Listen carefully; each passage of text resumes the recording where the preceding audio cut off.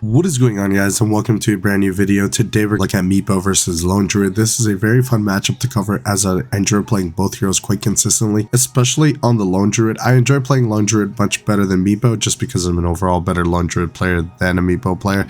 But I do understand this matchup quite well. This is quite a heavy farm matchup because they really pose kill threat on each other, but they'd rather farm because their timings are just so important that they definitely don't want to miss it just for overextending. So the MEEPO definitely has to be very careful. This is a Lone Druid favored matchup, but it could definitely change obviously with rotations and depending on what type of lineup you're running up against on the Lone Druid or the MEEPO. So it definitely affects on what the supports are on each side because they're the ones who are going to be making the rotations most likely. And if there's a lot of counters to either side, it's going to be very difficult for either hero. But assuming it is a free Lone Druid game and also a free MEEPO game, overall the Lone Druid should always be able to deal with the MEEPO. There are some things the MEEPO can do to sway this matchup a little bit, is mostly building evasion. So items like halberd, items like butterfly, you can get an E-blade, and those items are always going to be very good against the bear because the bear will take a little bit of time to build some kind of dispel to be able to get rid of that. So it's overall going to be very beneficial for you to do as early as possible if the Lone Druid is definitely a very big problem for you and is definitely focusing you as the MEEPO very consistently. But usually they're both just going to farm their asses off in the mid lane. They're both going to be shoving in the mid lane as quickly as possible, and then they're going to be going to the side camps to maximize that farm. But overall the Lone Druid can actually be online a lot faster than the MEEPO can. That's just the nature of the hero, and whoever leaves the lane will actually lose their tower. That is one of the fun things about this matchup, that they both are kind of forced to stay in the mid lane because they know if the Lone Druid rotates, MEEPO can definitely take his tower, especially with two MEEPOs. He can easily take the mid tower, especially if no support responds to that, then definitely they will lose the tower. But if the MEEPO leaves the lane or Lone Druid brings extra couple of teammates,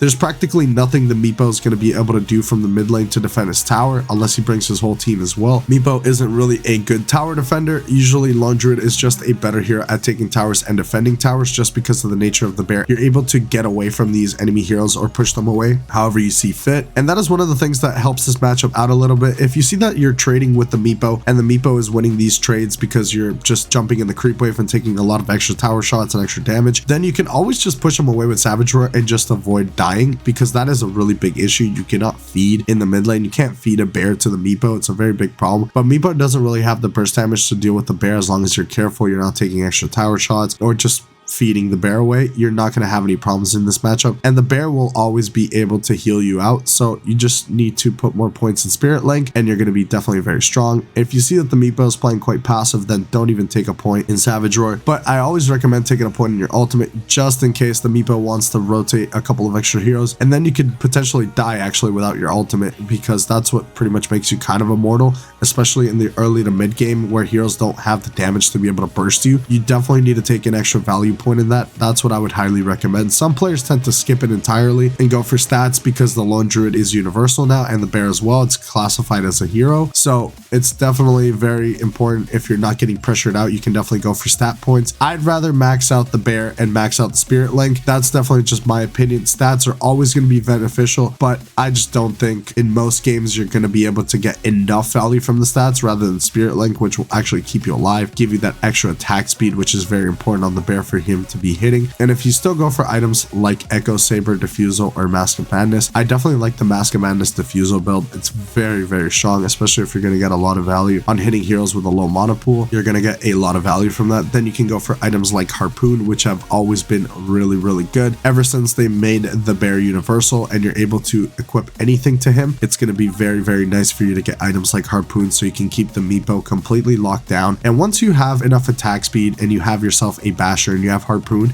it's going to be very difficult for the MEEPO to kite you out. He's going to have to build his shard. He's going to have to go into the mega MEEPO, and then it's a little bit difficult for you to burst him as it's way too much HP. But if the Lone Druid is farmed enough, he can definitely get rid of the MEEPO, and plus this is a team game, so you will have backup from your team. But it's going to be very difficult as the game goes on for the MEEPO to burst the Lone Druid to be able to kill him, even if he's 6-slotted. It just has to be that the Lone Druid has absolutely no farm and has been shut down the entire game, but most of the time that tends to not be the case, as Lone Druid is probably one of the best tower pushers in the game, if not the best. I definitely think he is up there. You could also also get items like Gleipnir, you can get items like Mjolnir if you really feel like the Meepo is getting out of control and you have no way to deal with him. You can always go for items like that. I just overall think you get a lot more value from items like Echo Saber or Diffusal, which are very good, as Meepo's mana pool is not that great early on, but once he gets items like Scotty and builds into more stats, then it's going to be just a really big mana pool for you to get through, and his spells don't really cost too much mana, so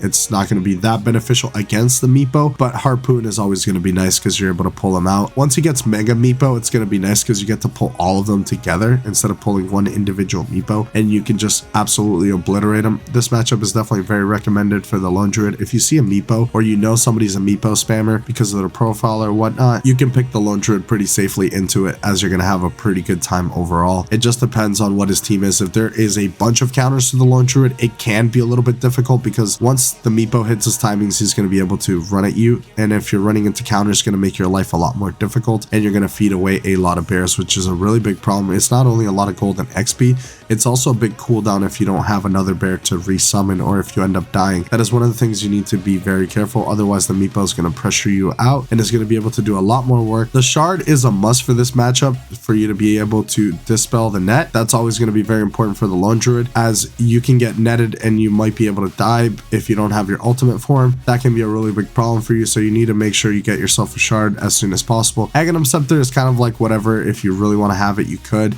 but I'd rather build an item like Scotty. Scotty is really good against most heroes, and it's really good on the bear. It's a lot of stats for a decent amount of money, but once you get Manta and you get Scotty, your bear is going to be hitting absolutely super fast. He's going to be hitting like a truck. You could still go for items like Deso. It honestly depends. Having Lone Druid as universal and the bear being a hero, it's so important for this hero, as he can build practically whatever he wants. You could even play support Lone Druid because you can build anything. You can build Vessel on the bear and just go ham on people. You can build a bunch of Wraith Bands on the main Druid or a bunch of Bracers if you want to tank up. This matchup is overall very Lone Druid favorite. Definitely let me know what you guys think in the comment section below. There are some things, like I mentioned, that the Meepo can do. Just buy some evasion or buy items like E-Blade to be able to kite the bear, because the shard does take a little bit of time to come online. There are bigger priorities for the Lone Druid rather than the shard, but the E-Blade's just always going to be good. You can E-Blade yourself, dig into the ground, and then blink away. That is one of the things I've seen a lot of big Meepo players being able to do. It's very good. It does take a little bit of skill, so you can't just be a noob Meepo player, but it's something you can definitely do. You dig yourself in the ground and then you blink right out, or you can E-Blade yourself and then blink out. Then you can always do that and get away from the Lone Druid, but running away isn't always the key. You want to be able to try and kill the Lone Druid, but it becomes more difficult as the Lone Druid gets very tanky, and once he gets himself 5 to 6 Wraith Bands or 5 to 6 Bracers, it's going to be very difficult for you to kill him even if you are 6 slotted. If you guys have played this matchup, let me know in the comment section below. What do you guys think? And let me know what matchup you guys would like to see next. I've been getting a lot of requests for Lone Druid videos, so I'll be doing a lot more Lone Druid videos and Lone Druid matchup videos for you guys to understand. It seems like you guys are really big Lone Druid fans, just like myself,